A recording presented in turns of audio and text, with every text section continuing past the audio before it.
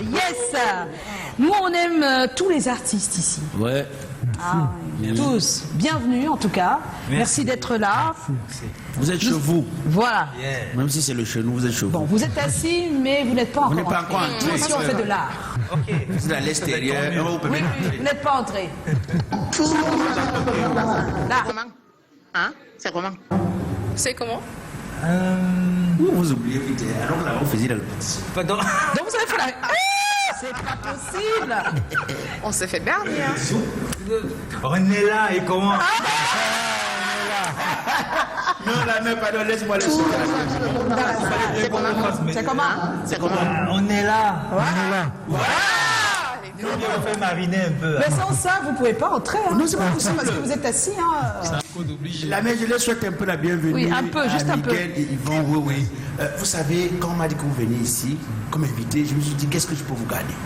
Parce que vous-même, vous faites tellement de recherches, vous connaissez tellement de choses. Mais je choisis de vous garder quelque chose qui symbolise le vivre ensemble. Ah, d'accord. Alors, nous allons célébrer notre unité nationale il y a seulement 2 jours. Oui. Donc, quelque chose qui symbolise le vivre ensemble, qui symbolise la fraternité, mais surtout la paix. Vous allez voir ça. Vous êtes prêts? Vous êtes prêts? On peut y aller? Ah, la cola. Il faut, tu sais ce que c'est?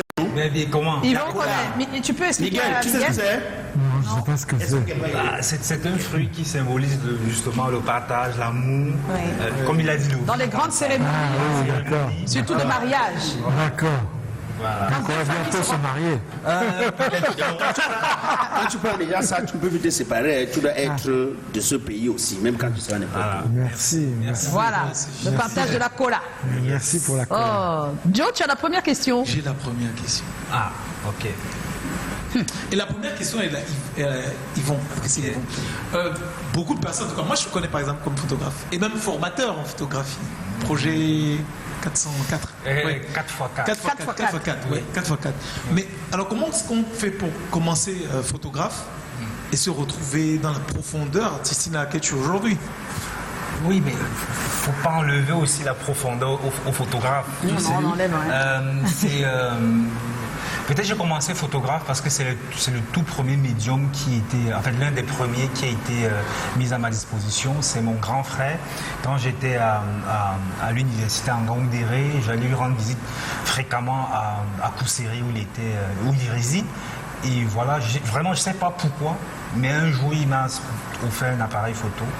Et c'est comme ça que j'ai commencé à faire de la photographie et j'ai pas arrêté jusqu'aujourd'hui. Et maintenant, le rapport avec tous les autres, l'art plastique et même l'art numérique aujourd'hui?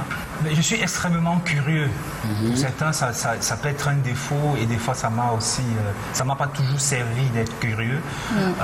Parce que du coup, tu sais, si tu ouvres une imprimerie et que je viens de rendre visite, je te promets 2-3 jours plus tard, je voudrais tout faire, tu vois. Donc je suis des fois obligé de canaliser ce truc-là.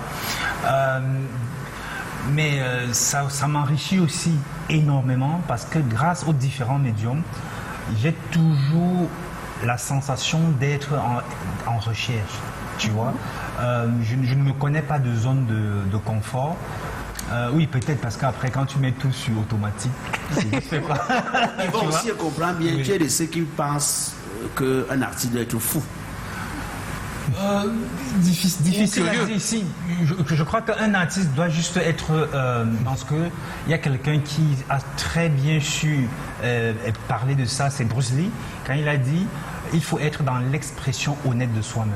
Moi, c'est ce que je souhaite à un artiste. Et c'est ma quête quotidienne, vraiment. Ne faire que ce que je peux soutenir du regard après aussi et assumer.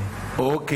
Miguel, j'ai la responsabilité première de te poser la première question. Oui. Donc, Miguel, tu es au Cameroun pour une exposition digitale. Oui. Paradis artificiel de demain jusqu'au 30 juin à l'IFC de Douala. Tout à fait. Voilà, tu es un pionnier, tu exerces depuis plus de 40 ans.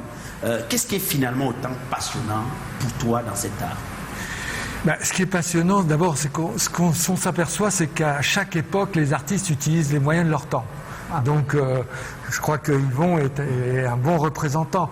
Donc moi, quand j'ai fait j'ai étudié à l'école des Beaux-Arts, quand on regarde toute l'histoire du XXe siècle et même de la fin du XIXe siècle, on s'est aperçu que les artistes comme est arrivée la photographie, qui était un autre mode de représentation en concurrence à la peinture, du coup la peinture a essayé d'explorer d'autres champs des possibles, et c'est comme ça que peu à peu, sans faire tout un cours d'histoire de l'art, peu à peu les artistes ont exploré le rapport à la lumière, le rapport aux objets, le cubisme a inspiré de toute votre culture, etc.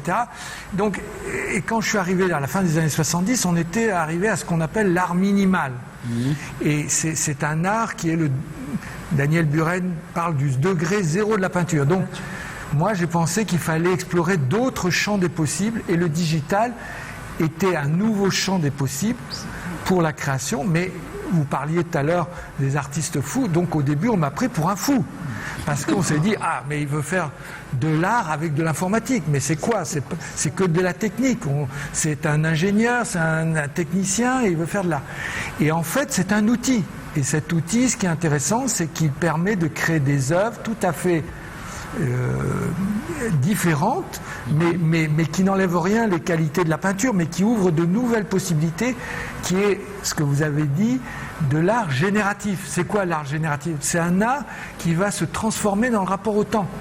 Et parmi les œuvres donc, qui sont présentées ici à l'Institut français, l'idée c'était que j'ai inventé un herbier. On connaît les herbiers avec donc différentes plantes. Chacune de ces plantes va pousser, se développer, mourir, et quand elle va mourir, elles vont créer des variations. Et ça, on le voit. Et ça, on le voit. Voilà, on le voit. Et du coup, donc c'est comme une forme de vie artificielle. Et au départ, il faut quand même mettre les ingrédients, parce que sinon ces graines virtuelles, elles ne poussent pas. Mais donc, en fait, c'est des créations algorithmiques. Donc, il nous fait un champ virtuel, hein, ou un jardin, je sais pas, par exemple. Exactement. Donc, virtuellement, je vois des fleurs, des feuilles. Ça alors. Voilà. C'est compliqué quand même. Hein. C'est pas compliqué. En fait, de tout temps, les artistes sont inspirés de la nature. Oui. Et ils l'ont représenté, bien sûr, en peinture, ils l'ont représenté en photographie, oui. en vidéo. Oui. Et maintenant, le digital permet de créer une nature, une surnature, ou une méta-nature. Wow. Et c'est ça qui fait que, du coup, ça ouvre de nouvelles possibilités dans la créativité dans un rapport au visuel. Mais est-ce que vous faites... Non, laisse Haroun poser d'abord sa question, s'il te plaît. Et donc, si j'ai le renfort. Voilà, moi, je suis très curieuse. J'aimerais savoir, c'est quoi l'art visuel et c'est quoi l'art numérique? Quelle est la différence entre les deux aussi? L'art numérique, c'est un art qui permet de créer des œuvres qui s'autogénèrent. Donc ça, dans la peinture, on ne peut pas le faire puisqu'on est dans la fixité. Mais ça n'enlève pas la qualité de la peinture. C'est un mode d'expression en complémentarité de la peinture, de la photo et de la vidéo. Mais la vidéo, c'est des œuvres en mouvement, vous avez raison, mais en fait, la différence, c'est qu'on peut aussi interagir avec ces œuvres, c'est-à-dire selon qu'on se déplace, eh ben, ces œuvres peuvent bouger, il y a des capteurs qui détectent votre présence, et selon le déplacement, on peut interagir. Et c'est comme ça que tout à l'heure, vous avez montré, entre autres, une œuvre qui était projetée il y a peu de temps en préfiguration des Jeux Olympiques sur la patinoire, et donc les patineurs, en patinant, pouvaient interagir avec ce qui était projeté au niveau de la glace. Voilà. Là, dans le cadre de l'Institut français, c'est à la verticalité, donc c'est un jardin qui est projeté et avec lequel, si les gens se déplacent à droite ou à gauche, en fait, les plantes se courbent dans le sens du déplacement de votre corps. Wow. Ça alors, il faut le voir. C'est à partir de demain à l'IFC de Douala. Alors, qu'est-ce qui constitue l'importance de cette nouvelle forme d'art qui s'adapte aux nouvelles technologies? Là, c'est pour vous deux. Hein. C'est à qui veut prendre la parole en premier? Yvon? C'est déjà le fait que ce sont des supports qui, par exemple, pour des étudiants aux Beaux-Arts, où j'ai le plaisir d'enseigner de temps en temps, l'art dit digital ça coûterait moins cher que de s'acheter une toile, le matériel qui va avec. Un peu comme pour la musique, quand c'est devenu numérique. Voilà, quand c'est passé en musique assistée par l'ordinateur. Donc c'est vraiment des outils qui ont permis, je crois, surtout chez nous, une sorte de démocratisation par rapport à l'accès à l'art.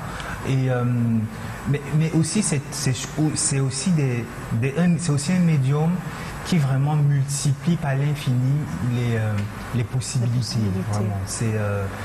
Mais il faut à tout prix se former à ça ou pas? Comment ça se passe même en fait? Surtout ici, parce que bon, de l'autre côté c'est peut-être plus avancé. Comment on fait pour se former ici par exemple? Moi je suis là, je te regarde là, Yvan, et j'ai envie aussi. Comment je fais? Moi j'ai beaucoup été sur Internet. Ah d'accord. C'est des tutos, en ligne, mais aussi j'ai bénéficié, comme certains de mes collègues, des ateliers de formation. On en a eu qui a duré près de 6 mois et qui est encore en cours pour certains d'entre nous. Par rapport au NFT, comment travailler, non, explique, etc. NFT, nous on comprend. Bon, NFT c'est non-fungible token. Non-fungible token. NFT ou bien MST? NFT. Mais en fait, le NFT c'est quelque chose de très simple. C'est l'équivalent du certificat d'authenticité pour les œuvres physiques, on va dire. Voilà, c'est comme la carte d'identité d'une... Ça donne de la valeur finalement à l'œuvre ou pas? C'est pas elle qui donne de la valeur, mais c'est le travail que vous faites derrière qui donne de la valeur à cet NFT-là. Mais c'est le NFT qui peut s'échanger sur un marché dit virtuel et qui peut se vendre. L'objet numérique qui est adossé au NFT peut être copié par n'importe qui et tout le monde, mais c'est le propriétaire du NFT qui est le seul capable de revendre. C'est comme copyright? En quelque sorte, parce que dessus, il y a ce qu'on appelle un smart contract et c'est un outil vraiment magnifique qui permet aussi de libérer l'artiste d'un agent ou d'une galerie. Comment ils s'appellent ceux qui s'occupent des galeries? Des intermédiaires, on va dire. Des différents intermédiaires. Donc il est directement payé, quoi? Il est directement payé. Il y a une grosse guerre qui se fait dans le monde de l'art. Je ne sais pas si chez toi c'est pareil, Miguel. C'est la question du droit de suite. C'est-à-dire qui, dans notre milieu, est très difficile à un artiste d'être rémunéré après la première vente de son œuvre sur les autres ventes qui vont être faites. Par contre, quand vous êtes un artiste, un crypto-artiste ou quelqu'un qui fait du NFT, ce droit de suite-là est défini d'abord par vous, c'est-à-dire le pourcentage que vous souhaitez toucher à chaque fois que votre... Et ça se vend comment en ligne? C'est numérique? Tout ça se vend en ligne, tout est numérique. C'est vous qui fixez le prix, c'est vous qui fixez le pourcentage lié au droit de suite. Et voilà. Et après, on utilise aussi la blockchain? Oui, c'est sur la blockchain.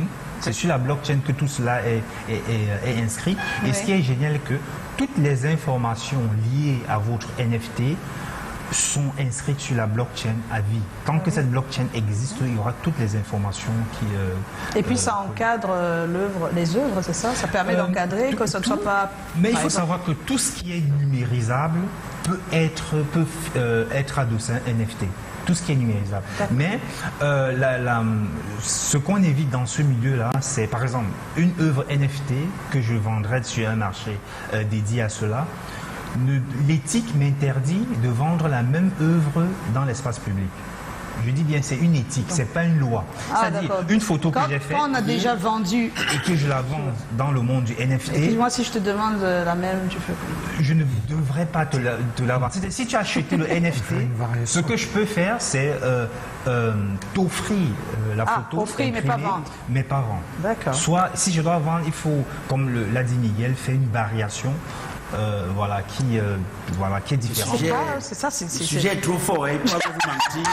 Moi, je suis là comme le chien devant la télé. Mais je ne veux pas gâter le débat à continuer. On veut bien comprendre ce qui se passe parce que c'est toute une affaire. Je veux dire que quand on est un artiste, vraiment à la base, l'artiste c'est vraiment quelqu'un qui exprime sa passion, son potentiel, qui est souvent inné. Oui, il n'est pas un homme d'affaires. Donc là, quand on passe déjà au NFT, blockchain, Ethereum et le reste, c'est très technique. Comment est-ce qu'on se forme pour arriver à ça? Comment est-ce qu'on est parti permet que de un l'artiste. simple photographe à quelqu'un qui maîtrise des notions aussi poussées du numérique. Le marché numérique de l'art.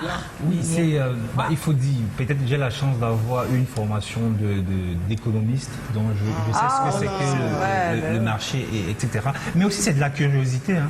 Vraiment. Pour ce qui est du NFT, il y a 7 mois, j'étais pas différent de vous. Je savais que le truc existe, je savais plus ou moins ce que c'est qu'un NFT, mais toute la technique, toute la technologie derrière, je comprenais, je savais pas ce que c'est.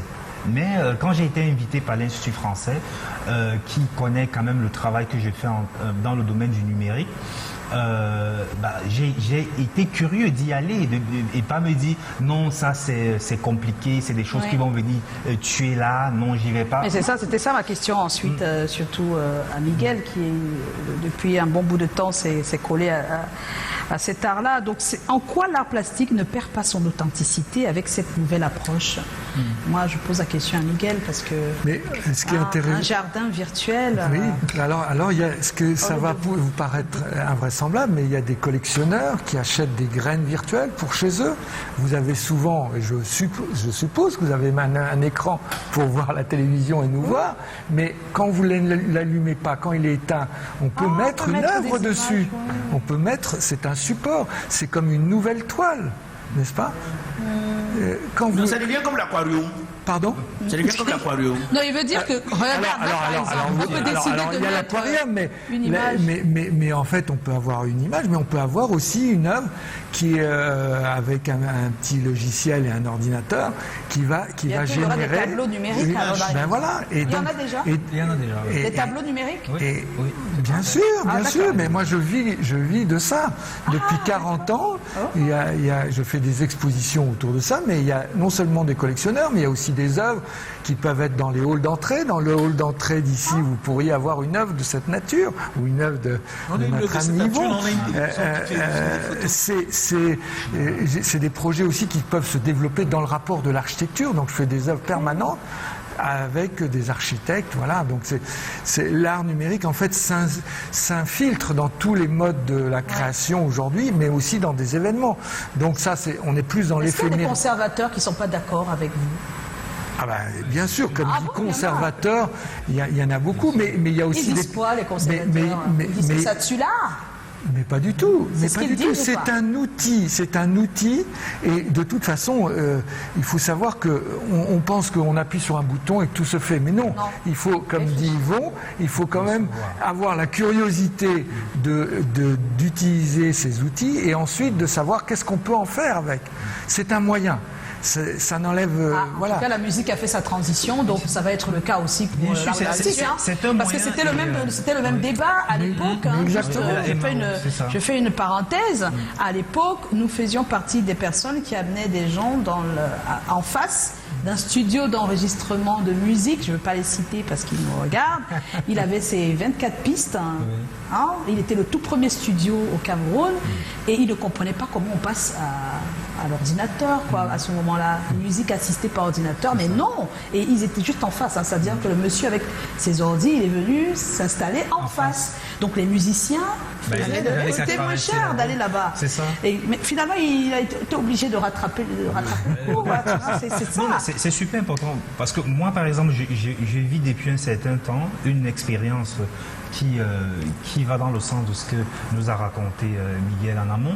C'est il y a quelques semaines de cela, j'ai travaillé avec une intelligence artificielle en m'appuyant sur mes travaux précédents et un portrait de moi. J'ai pris tout ça, j'ai mis dans cette intelligence artificielle qui s'appelle Midjourney, qui a généré certaines images que après j'ai utilisées, j'ai imprimé et j'ai fait des variations en travaillant la broderie, etc.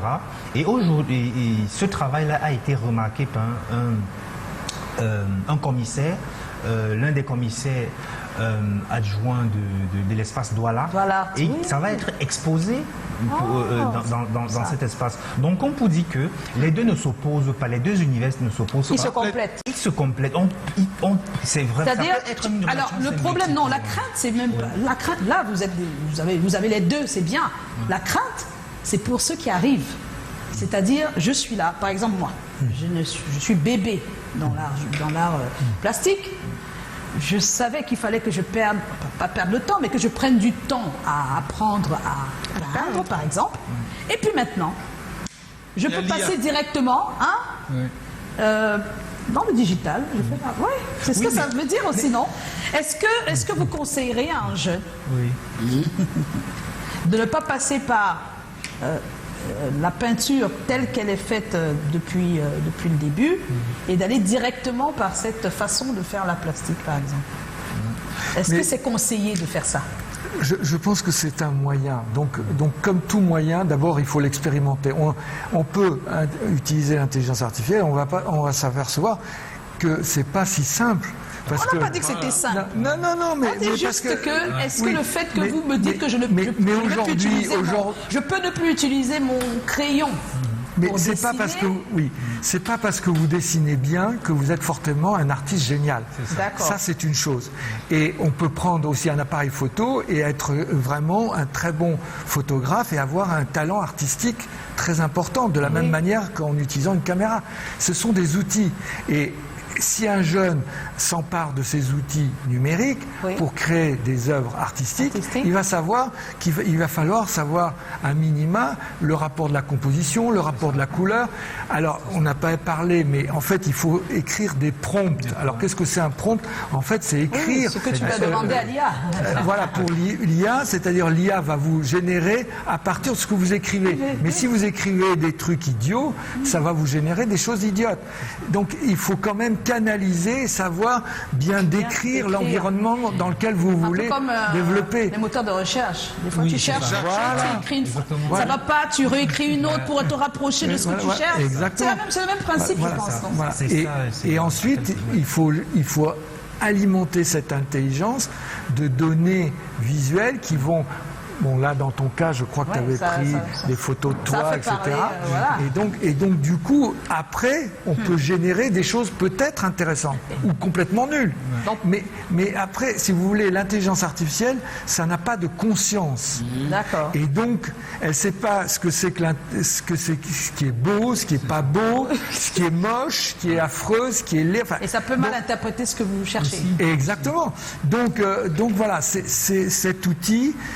Je crois que ça ouvre des perspectives très intéressantes, mais il faut savoir que l'intelligence artificielle, elle est nourrie de tout ce que les êtres humains ont mis sur la toile. D'accord. Donc, si je suis peintre, disons que je suis peintre. Je présume que vous n'êtes pas perdu. Disons que je suis peintre, parce qu'il y a des peintres, des jeunes peintres qui nous regardent et qui, dans leur tête, ils sont comme Black Oya, ils ne pourront jamais rien comprendre de tout ce que vous dites. Disons qu'ils sont en train de nous regarder. Avec la curiosité. Est-ce qu'ils peuvent maintenant venir voir quelqu'un qui s'y connaît avec leurs œuvres et les transformer Vous avez tout à fait raison. C'est aussi pour les peintres, ça va être aussi, je pense qu'il faut qu'ils soient, comme dit notre ami Yvon, il faut qu'ils soient curieux. Si on n'est pas curieux, on ne sait pas. Et s'ils sont curieux, ils veulent rien savoir. Et vous avez tout à fait raison, s'ils introduisent leur propre univers picturaux dans l'IA, ils vont peut-être, l'IA va leur générer de nouvelles... Vous avez compris, messieurs les... Ils vont créer une singularité dans le cas. Ça va leur donner de nouvelles... Ça va élargir le champ de leur imagination. Jamais deux fois la même œuvre, voilà. Mais laisse-moi poser une petite question, c'est pour comprendre. Il y a un gars qui l'autre jour m'a épaté là. Il a pris mon téléphone, il m'a mis un système. Il me dit par exemple que scénario, il écrit titre scénario. Il dit, mets le sujet que tu souhaites.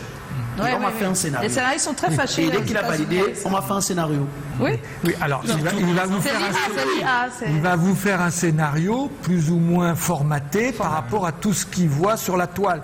Après, ce scénario, vous pouvez l'affiner parce que lui donner plus d'originalité. Mais c'est une première étape qui va permettre de vous donner, d'élargir votre possibilité de créativité. Voilà. On apprend énormément. Concernant l'art plastique et le rapport à l'homme, parce qu'une crainte que les uns et les autres ont aujourd'hui, les gouvernements et tout ça, les associations, c'est qu'à un moment donné, que les artistes humains disparaissent. Voilà. Mais non, mais non. Non, mais c'est des humains qui sont toujours derrière les mêmes œuvres. Exactement. Je prends un cas simple. Dis par plutôt exemple. que les simples peintres peuvent disparaître. C'est ce qu'ils ont Mais ça peur de réduit ça. le nombre de personnes qui se Non, mettent en vous exergue. savez, les peintres intelligents, ils commencent à travailler aussi avec les outils numériques. Ils s'en inspirent Oui. pour Et finalement, on n'aura plus la peinture, et après ils utilisent, authentique. ils les réinjectent dans leur propre peinture. Est-ce qu'on aura toujours la plastique authentique, même si l'IA Voilà, c'est la et le question. digital continue? En fait, le truc, c'est que la plastique authentique, ce qu'on peut appeler la plastique authentique, nous pouvons même interroger cela parce que il y a quelques siècles de ça, c'était pas la même production qu'on a aujourd'hui. Tout ça a évolué. Il a parlé du cubisme. Mais là, c'est un grand pas. C'est pas un tout petit, hein. Ça, c'est un grand pas quand même. On ne touche plus vraiment. Non, parce que c'est non, virtuel, il y a un aspect aussi que vous ne voyez pas. Oui. Et dont ils vont à parler, c'est que aujourd'hui on peut générer, moi je génère des univers virtuels, mais aujourd'hui avec les imprimantes, avec les imprimantes 3D, on peut matérialiser le virtuel. Avec la broderie, aujourd'hui, on peut transposer, il l'a même dit tout à l'heure, ils transposaient certains de ces dessins avec des broderies numériques. Donc du coup, on peut aller du virtuel au réel et vice versa. Du réel au virtuel. Et donc du coup, tout ça fait bonne. C'est de trouver son chemin en fait. En fait, c'est vraiment de se rendre compte que ce n'est qu'un outil. D'accord, oui, on est d'accord. Voilà, autant. Est-ce que ça facilite la tâche? Non. Pour ma part, non, parce que Miguel le disait plus haut. On croit qu'il faut juste appuyer sur un bouton. Le travail que je vais présenter le 24 mai prochain à Douala, ça m'a coûté des nuits.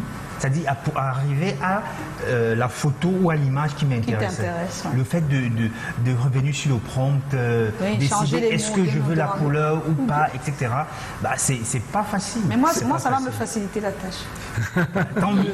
Parce que nous, tous ceux qui font dans la communication, qui écrivent des textes, qui transmettent des messages, c'est plus facile pour eux. Oui. Voilà, c'est-à-dire tu vas écrire ce que tu penses, mais vraiment le plus proche possible de ce que tu attends, les mots-clés, Oui, mais si on ne met pas aussi les ingrédients au départ bien, tu n'auras que quelque chose d'assez banal. Donc c'est toujours quand même la part de la... Moi je pense qu'on va essayer. On va essayer. Non, il faut que vous soyez curieux tous. Mais il faudra que tu nous fasses une séance et en l'expérimentant, vous verrez et on essaie quelque chose. Seront peut-être de nature. Voilà, super. On est en compagnie d'Yvon Gassan et de Miguel Chevalier ce soir. On va faire notre thème de ce soir. On s'excuse. On ne pourra pas. C'est pourquoi je vous demandais que si quelqu'un veut faire un prêt, par exemple, à la banque, il peut utiliser ça. Oui. Ah, attends, non, je ne comprends plus. C'est vrai que j'ai oublié de poser la question sur crypto. Je sais que crypto, j'ai entendu crypto dans... Crypto-genèse. Non, bon, laissons genèse. Crypto d'abord. La crypto-monnaie, c'est ce que je connais. Maintenant, crypto... c'est tout ce qui est lié toujours au blockchain, au numérique. Crypto art, c'est lié à la blockchain et c'est de là qui se fait. Non, il faut expliquer blockchain. Une blockchain, c'est comme c'est une plateforme où généralement chaque blockchain est associé à une crypto-monnaie. Ah, une monnaie virtuelle. Comme il y a Bitcoin, il y a Tezos avec le Tez, etc. Et cette blockchain-là, en fait, c'est l'ensemble des informations qui vont être générées par les utilisateurs de la plateforme. La plateforme. Et il y a du monde, hein? Mais il y a beaucoup de monde. Il y a beaucoup de monde. Et pour s'en rendre compte, il suffit de faire un tour sur X. Twitter. Voilà, pour vraiment mesurer la quantité de personnes qui s'intéressent à cet univers-là. Et malheureusement, chez nous, je dirais au Cameroun, je ne vais pas parler pour l'Afrique, il y a quand même un retard en ce qui concerne le crypto-art. Mais de ce que j'ai vu du monde de la crypto-finance au Cameroun, il y a quand même pas mal de choses qui Oui, c'est l'argent. On a de l'argent ici. Mais crypto-art, là, ça va prendre du temps. Ça prend du temps dans le pays. Je dis ça pourquoi? Oui, ça peut parce prendre que du même temps. l'art tout simple prend du temps ici. C'est-à-dire les gens pour qu'ils se lèvent et qu'ils aillent je sais pas, à dans une les galerie etc. ou à, c'est pas évident, quoi. On sait très bien. Oui, mais vraiment, je trouve que même pour l'art classique, les choses ont beaucoup évolué. Non, ça a évolué. Non, ça, moi, ça faut le fait un dire. peu plus de 10 ans que je pratique et à mes débuts, je ne voyais pas autant d'expositions C'est vrai. et autant de monde C'est vrai. aux expositions. C'est vrai. dans C'est vrai ce que ça a pays. beaucoup changé. Et ben, avec des fenêtres que vous nous accordez comme c'est comment où on parle beaucoup d'art, on vous invite Oui, de plus en beaucoup plus, des ouais. artistes, bah, ça sera pareil avec le NFT ou le crypto art. Plus il y aura d'artistes, des crypto-artistes qui viendront. Je t'invite à et expliquer parler tout de- ça sur TikTok ou sur je sais pas quoi, parce que les jeunes ne sont pas au courant et ils ne comprennent pas. Je pense qu'il faut aussi que des artistes comme vous, qui avez la langue facile, vous allez sur TikTok, là où ils sont, Ouais. et vous parlez tous les jours, un petit truc tous les jours, une petite connaissance tous les jours sur... Bah, je crois. Moi, j'ai posé Oui, sincèrement. un problème. Oui, c'est quoi ton problème? lié à Tu ma dis quoi? communauté. Oui, À toute on ma peut communauté, faire des ma prêts. communauté ici. Est-ce que si on veut prêter C'est l'argent, quelle communauté? la communauté des pauvres. Ah. Donc si nous on veut prêter l'argent, Oui. on veut faire un prêt bancaire. Parce que souvent ce qui nous chasse à la banque, ce sont les procédures. Oui. Si nous on veut faire un prêt bancaire, est-ce que cette technologie-là nous aide, par exemple, à le faire? Oui, parce qu'il y a la crypto-finance, ça existe. C'est un univers qui existe et qui est plutôt pas mal structuré. Aujourd'hui, le bitcoin, je ne sais même plus combien coûte un bitcoin, c'est énorme. Hein, par rapport au franc CFA, par exemple. Pardon? 70 000 $. Voilà, tu te rends compte. Donc, des gens comme Elon Musk, Ouais. multimilliardaire en bitcoin, donc le mec, bah, s'il veut de l'argent fiduciaire, bah, il peut mettre ses bitcoins en garantie. En garantie. Ah. Donc ça fonctionne. Eh bien, merci pour tous ces enseignements. On a appris énormément. On n'oublie pas que dès demain, à l'IFC de Douala, paradis artificiel. Pourquoi ça s'appelle paradis artificiel? Parce qu'il y a des plantes, il y a quoi? Mais voilà, c'est les nouvelles drogues. Il n'y a pas Avant, il y avait un poète qui s'appelait Baudelaire, Oui. qui avait utilisé les paradis artificiels pour Oui. être inspiré. Mais aujourd'hui, avec le numérique, comme Yvon l'utilise, on est dans les paradis artificiels. Explique même que... À partir de demain, à l'IFC de Douala, s'il vous plaît, paradis artificiel de Miguel Chevalier. Tu voulais poser encore une question? Parce que là, on doit aller au People Post. Je voulais lui qu'il explique même que paradis artificiel, parce que là-bas, on va faire l'accident des voitures, il n'y aura pas une moto qui va klaxonner que le culte en route Dans l'univers, là, Oui. dans ce paradis-là. Tout est c'est comme calme ça. là-bas. Haroun, on va l'écouter parce qu'elle va sur les réseaux sociaux, elle voit ce que les people postent et elle le partage avec nous. Elle a choisi les meilleurs pour ce soir. Oui, les meilleurs. Après le jingle.